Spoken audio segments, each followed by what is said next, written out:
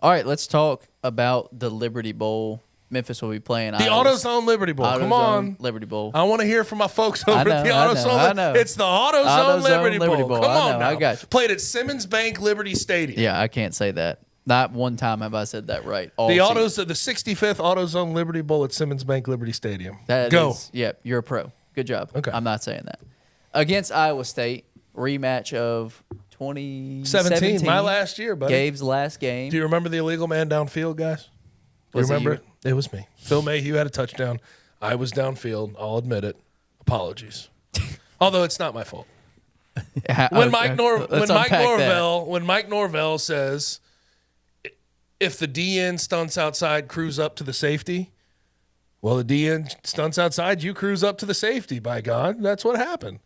And it just so happened that Riley held on the ball a little bit too long and threw it a little late. And there goes Phil Mayhew into the end zone.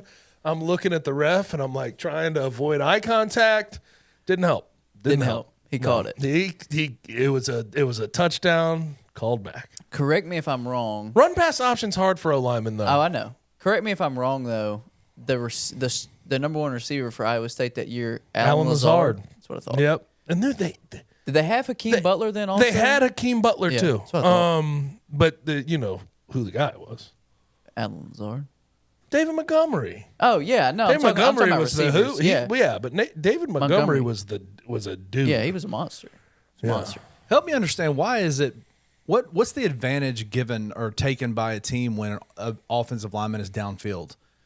Like, what does that make sense? Like, why is that a call?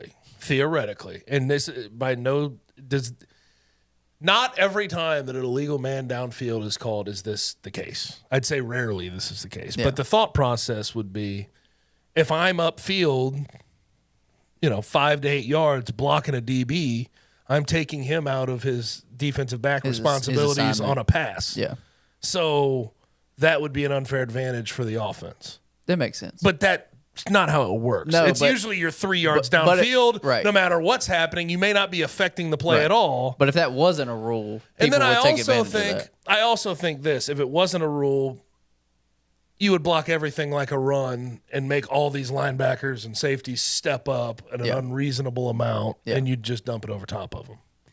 There's got to be a difference. Gabe Kuhn, football guy. Quickly before we go to break, what do you think about this matchup? Are you excited for this game? Yeah, it's not what it was in 2017. We don't have to fool ourselves. No. I think then you saw a crazy amount of positive momentum with the Memphis football program, having 10 wins, only losing twice to UCF that year, only losses that we took. And, it was Mike, and we were very close in the AAC championship, almost got in the New Year's Six. But we had made the championship that year, so that's a main difference, and everybody was happy. There was nobody complaining. No, not at all. Iowa State, it was the same thing. They were coming out of the depths of hell with Matt Campbell, and they had talent on talent. They had Alan Lazard and Hakeem Butler and David Montgomery. Who was their quarterback? It was Cody Kempt, but the next year Brock Purdy took over. They had a guy waiting in the wings, and Brock Purdy. Yeah. So everything was moving in a positive direction for them. This sort of feels like both programs are maybe trending in the right direction compared to where they were last year. But they came down off. But they had to come off of the high of their program's past. You know what I mean? Yeah. So it's just not exactly the same. But this matchup, I enjoy it. Iowa State's a better team than 7-5 will tell you. Yeah. 4 of their 5 losses came by 7 points or less. They beat Kansas State. They beat Oklahoma State, who is in the Big 12 championship. They're a good team. They're a good their team. Defense will get after your ass. Yeah. Offensively, they have a really good freshman quarterback, Rocco Becht, who's got some juice. But other than that, I don't know if their offense really scares me an insane amount. Yeah.